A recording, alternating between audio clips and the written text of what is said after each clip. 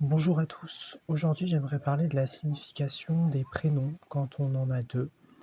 C'est assez spécifique, en tout cas pour les personnes qui ont eu peut-être des traumatismes par rapport à leur prénom et qui leur évoquent aussi un certain sentiment de malaise et de solitude. En tout cas, c'est mon cas. J'ai deux prénoms. Le premier prénom, je peux le dire publiquement parce que j'en ai plus honte, comme avant, même si c'est encore difficile de le nommer. On va dire que c'est un peu mon dead name ou le prénom que, en tout cas, je partage avec ma famille seulement. Mais mes amis, disons que j'ai un autre prénom qui est vraiment différent. Et même au niveau de la connotation, quand je le prononce, mon cœur vibre de manière assez différente. Et ça me stupéfait d'une certaine manière parce que ça reste quand même un prénom, mais je trouve que ça a un impact considérable sur la perception, en tout cas, que j'ai de moi et des autres. Donc le prénom que je porte depuis la naissance, c'est Mouloud et le prénom que j'ai choisi, c'est Samy. Alors ces deux prénoms-là, pour moi, ont déjà un point commun, c'est qu'ils prennent leurs racines dans la religion musulmane. Donc c'est comme si je gardais un certain lien aussi avec mon premier prénom, mais ce second prénom-là va être plus une manière pour moi de m'expanser, de me libérer un peu, vous voyez, du fardeau transgénérationnel. Parce que ce premier prénom appartenait à mon grand-père qui a eu, on va dire, des circonstances assez conséquentes puisqu'il est mort dans un accident. C'était un maître de chantier, il a construit des immeubles et donc il est mort à 30 ans.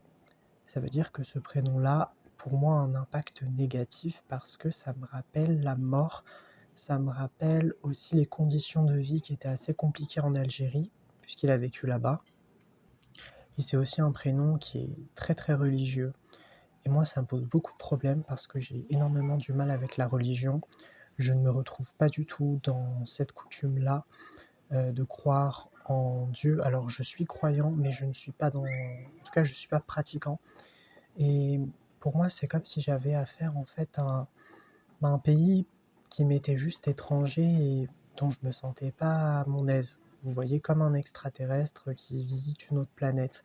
En tout cas, c'est ma vision des choses. Et pour ce prénom-là, c'est exactement la même chose. Et disons que je me fais appeler par ce prénom par contrainte et non par envie, par bonté de cœur, par élan de vie. Donc quand les gens m'appellent Mouloud avec ce prénom-là, je vais me sentir mal à l'aise. Et c'est pas beau de dire ça, mais c'est comme si on m'avait insulté, comme si on m'avait touché, mais en plein cœur. Et là, je me rends vraiment compte aussi de l'impact qu'ont porté aussi mes ancêtres. Donc en fait, c'est comme si j'étais né et que je devais porter ce prénom contre mon gré. Et je sais que mon âme a choisi de porter ce prénom et qu'il y a une mission bien spécifique par rapport à ça. Mais en outre, je sais aussi que mon second prénom, c'est comme un acte de renaissance, de rébellion envers ce passé, moi, qui ne m'appartient pas et dont je ne suis en aucun cas concerné. Et ça aussi, c'est légitime, je trouve, d'essayer un peu de sortir de tous ces schémas-là, qui pour moi m'énervent au plus haut point. Donc ce prénom trouve son origine dans le prophète Mahomet et c'est aussi un prénom qui a une autre particularité, c'est que c'est la naissance du prophète. Donc en soi c'est une fête. Et moi ce qui me pose problème déjà c'est la fête de l'Aïd parce que forcément on va utiliser un animal sous prétexte qu'on doit célébrer cette naissance-là. Donc pour moi déjà la notion de sacrifice elle est juste inacceptable et ça me dégoûte et m'irrite.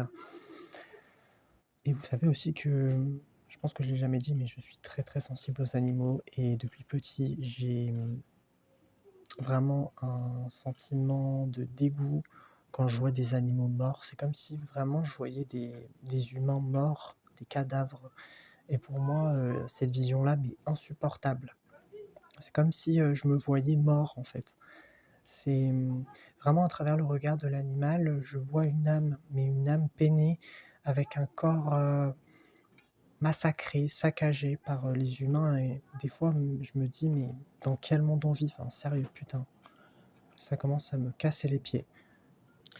Pour le second prénom, je ne sais pas comment je l'ai, en tout cas que je l'ai appris, Mais disons qu'il y avait un garçon, notamment dans mon lycée, qui s'appelait Samy, donc il avait le même prénom que moi, et je pense que je me suis inspiré de ce petit gars. Alors je dis petit parce que, disons qu'il était solaire, extraverti, il était sympathique, même si, disons-le, c'était pas forcément un garçon très fréquentable, mais il avait quand même cette joie, cette expressivité que moi j'avais pas du tout à cause de mon introversion et à cause de ce prénom aussi que je portais malgré moi.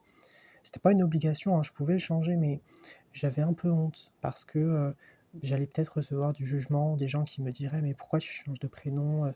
Tu fais honte à tes ancêtres» et cetera. Oui, OK, mais sans paraître froid ou méchant. Les ancêtres, ils avaient leur prénom, ils avaient leurs histoires à eux à régler, et moi j'ai les miennes aussi à régler.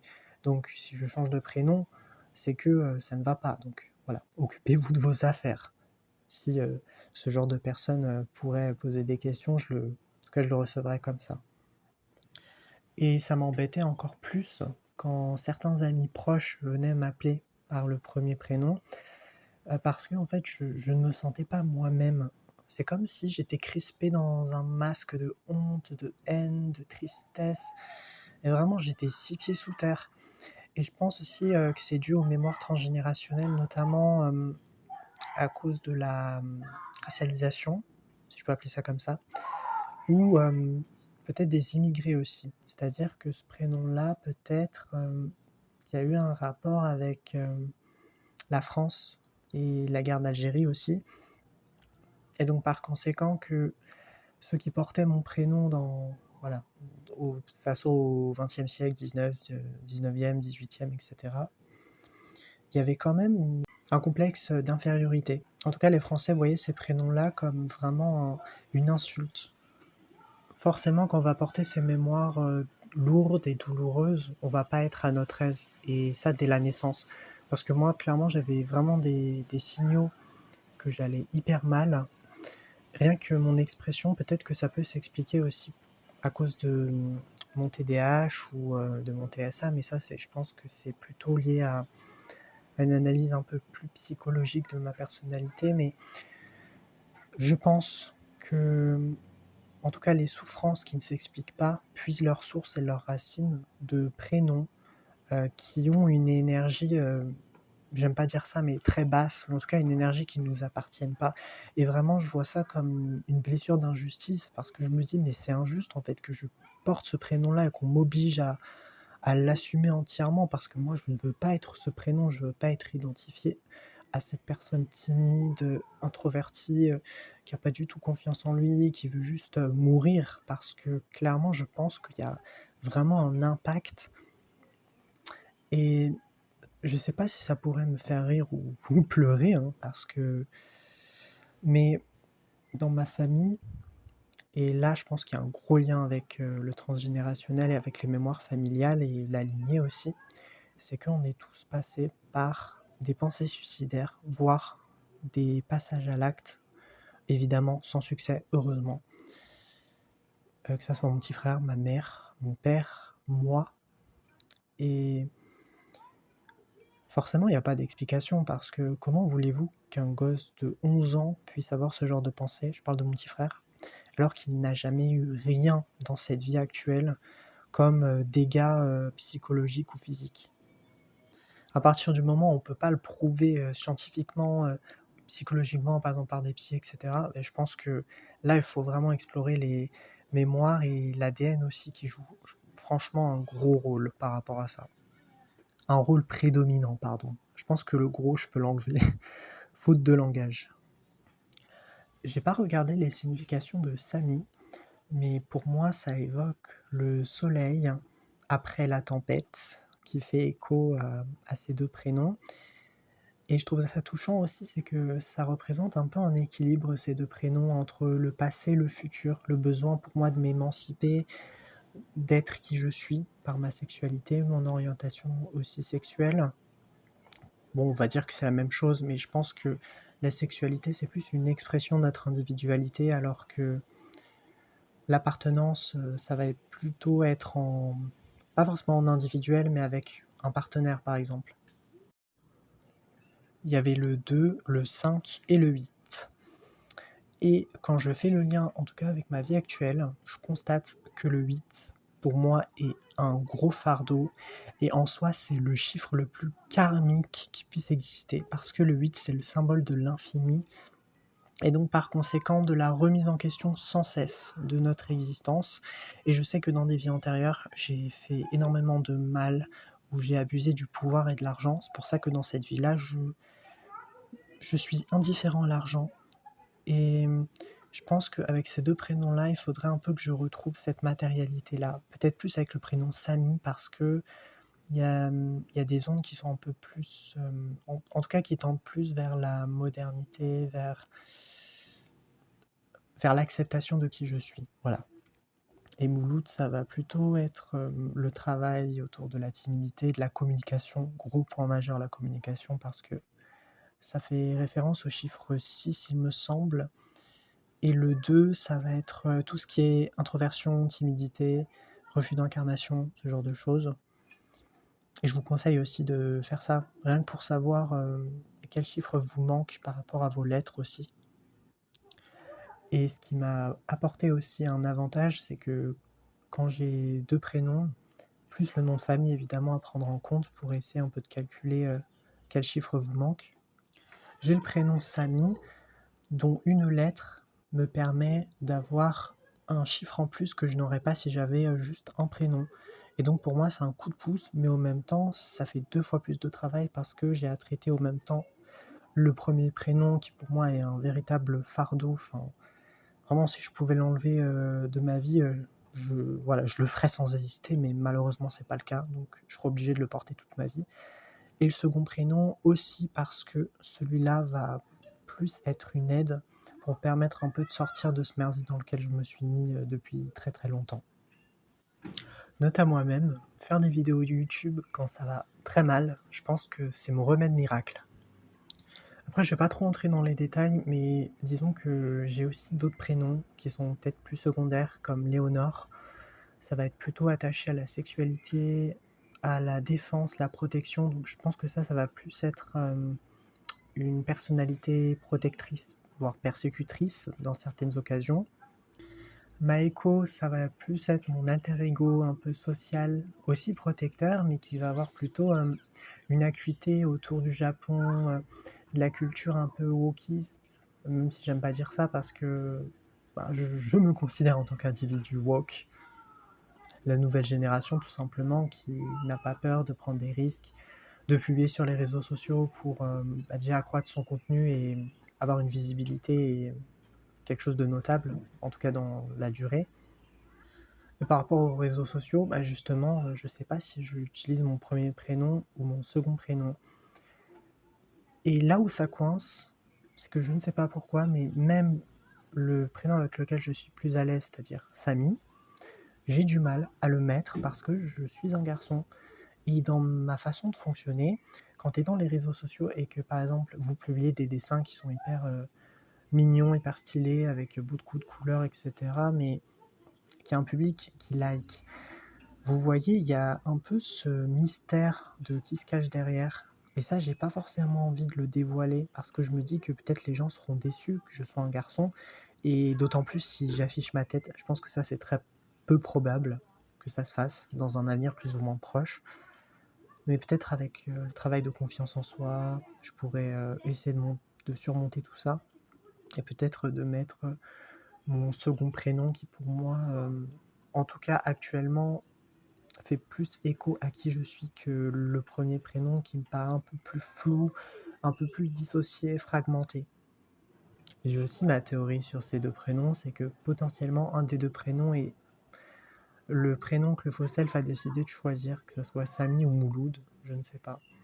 Et l'un des deux serait le véritable, mais encore une fois, au final, qu'est-ce qu'on s'en fout du prénom, j'ai envie de vous dire, parce que ce qui est important, c'est qui nous sommes maintenant, même si on peut porter aussi des prénoms très durs en tout cas à porter. J'ai lu un livre d'un jeune homme qui s'appelait Bidet, qui avait vécu pendant la Seconde Guerre mondiale. Alors c'est vraiment un récit fictif, hein, donc N'allez pas faire de recherches sur ce personnage qui n'a pas existé dans la réalité. Mais au fur et à mesure, il va découvrir une femme dont il va avoir un enfant avec. Et cette femme aussi porte le prénom Bidet. Donc vous voyez qu'au début, il est vraiment passé de la honte, du sentiment vraiment de soumission parce que les autres n'arrêtaient pas en fait de se moquer de lui par rapport à ça, par rapport juste à... Non, en plus c'était son nom, c'était ça le pire, c'était même pas son prénom. Donc encore une fois, que vous ayez un nom ou un prénom, bah, dans les deux cas c'est lié au transgénérationnel et au moins vous n'êtes pas les seuls à le vivre de cette manière-là. Au fur et à mesure, son caractère va se transformer, il va devenir plus confiant, et même à la fin, il va dire que pour rien au monde, je renoncerai à ce nom-là qui m'a véritablement permis de me connaître et vraiment d'affirmer qui je suis au plus profond de moi-même. Ça, je trouve que c'est un beau message. Outre le fait aussi que j'ai pas forcément lu les autres chapitres, et j'ai pas lu la fin de cette histoire, donc peut-être que je m'y mettrai pour en savoir plus et apporter peut-être plus de précision dans une prochaine vidéo. Je suis content de faire cette vidéo parce que ça fait 4-5 jours que j'ai pas fait de vidéo et je commençais un peu à être inquiet vis-à-vis de ma situation parce que je me dis bon merde, je suis pas capable de faire des vidéos, ça coince quoi. Ça craint du ciboulot. En parlant de boulot, il faut que je vous parle aussi de mes difficultés à en tout cas à maîtriser ma colère, parce que la colère pour moi c'est véritablement un gros obstacle dans ma vie. Cette immense haine, cette rage des autres, je pense que je l'ai gardée mais au fond de moi depuis tout petit. Je l'ai jamais, en tout cas j'ai jamais pu l'exprimer, et maintenant quand je l'exprime, mais je me rends compte que je peux être ignoble avec certaines personnes et que j'ai un caractère de merde. Et si j'étais quelqu'un d'extérieur et que je m'aurais vu, mais je me serais dit, mais c'est quoi ce connard, quoi? Il va la fermer. Mais clairement, je le dis en toute honnêteté, c'est que si j'ai vraiment, en tout cas, si je me dissocie de moi-même en une autre personne, mais je vais me dire, celui-là, il est insupportable, quoi. Il est ingérable à vivre. Et je parle de moi avec beaucoup d'autodérision, mais il vaut mieux en rire qu'en pleurer. Et quand j'ai ces pensées en boucle, ce sentiment d'incompréhension, d'injustice, de colère, mais une colère finalement dont je ne sais même pas pourquoi elle vient, c'est inexplicable, je ne saurais même pas la démontrer en fait. Quand j'ai toute cette profusion de sentiments un peu dépréciatifs, je vais vraiment avoir du mal à cerner mon identité et la façon aussi dont je me nomme. Par exemple, quand je suis dans ces états-là, ben, je ne sais pas si je m'appelle Mouloud ou Samy, et limite, je m'en fous en fait qu'on me donne un prénom. On peut m'appeler, je sais pas, Lolita, tout ce que vous voulez. J'en ai rien à carrer en fait. Rien à carrer, j'adore l'expression d'ailleurs. Je l'ai repris par rapport à une série que j'avais regardée. C'était très marrant. Je vais vous reparler aussi de mon prénom Mouloud. Alors, compliqué. Parce que comme je vous l'ai dit en tout cas il y a 10-20 minutes, en vous reparlant de mon prénom de base, d'origine, j'ai aussi fait une conscientisation et c'est même pas un prénom au final qui m'est douloureux à porter, mais c'est juste que je veux pas l'assumer entièrement parce que ça me mettrait dans des positions en tout cas qui seront indélicates, rien que pour déjà faire carrière, parce que je ne vais pas vous apprendre que la France n'est pas forcément un pays qui respecte l'égalité d'origine, je parle de ça exclusivement. Et donc forcément, vous vous faites juger déjà par votre prénom, par votre apparence. Alors moi, j'ai la chance, en tout cas, c'est pas une critique, mais je ne porte pas de jogging, je déteste ça parce que j'ai des spécificités au niveau sensoriel. J'ai vraiment besoin de pulls qui sont assez larges. Tout doit être large, voilà. Mais si vous vous appelez Ahmed et que vous voulez vous lancer dans une entreprise et faire carrière, et qu'il y a un patron, disons-le, qui est pas très commode et voilà, qui vous juge sur votre origine, alors là, je pense que vous pouvez mettre la clé sous la porte parce qu'il va juste vous rabaisser et vous n'allez rien en tirer. Vous allez juste avoir cette blessure, d'injustice pour rien en fait, juste parce que cette personne n'est pas tolérante et qu'elle ne sait pas vivre en collectivité et en société. En tout cas qu'elle n'est pas éduquée, on va dire comme ça, même si le mot est un peu dur, je l'assume. Mais pour moi, si vous êtes homophobe, transphobe, hem, raciste, c'est exactement la même chose, c'est une discrimination. Et là, on va même pas parler d'ouverture d'esprit pour, ceux qui sont homophobes, en fait. Ils sont pas dans l'obligation d'accepter, mais juste ils se disent: «OK, limite on s'en fout et c'est pas grave». Mais non, ces personnes vont dire que c'est leur opinion. Bah, je suis désolé, c'est pas une opinion ça. Des personnes qui sont insultées, voire tuées pour qui ils sont, mmh, pour moi, c'est pas exactement la même chose, mais bon, aller dire ça à ces personnes-là qui pour moi, j'ai pas envie d'être, méchant et insultant, mais voilà, je vais me contenir, je vais passer à la suite. Ça me pose aussi beaucoup de problèmes, Mouloud, par rapport à des gens que je peux rencontrer, de nouvelles personnes.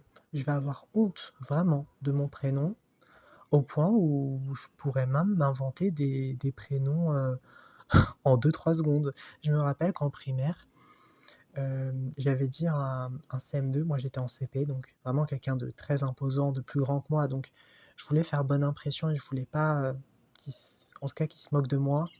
J'avais ce sentiment-là un peu de il fallait que je cache ce prénom parce que je voulais pas l'accepter et donc je faisais mine de m'appeler Evan et ce qui est rigolo, c'est que, il y avait un de mes amis qui s'appelait Arjuna, je m'en rappelle, parce que c'était un des amis les plus sincères, je pense, que j'ai eu de ma vie. Évidemment avec Bruna, mais Bruna, c'est pas la même chose parce que, on s'est rencontrés il y a 1 an et en plus, elle a pas forcément la même maturité qu'un gosse de 6 ans et Arjuna, était un peu en colère contre, le garçon parce qu'il avait dit que je m'appelais Evan et Arjuna, il a dit: «Non, il s'appelle Mouloud».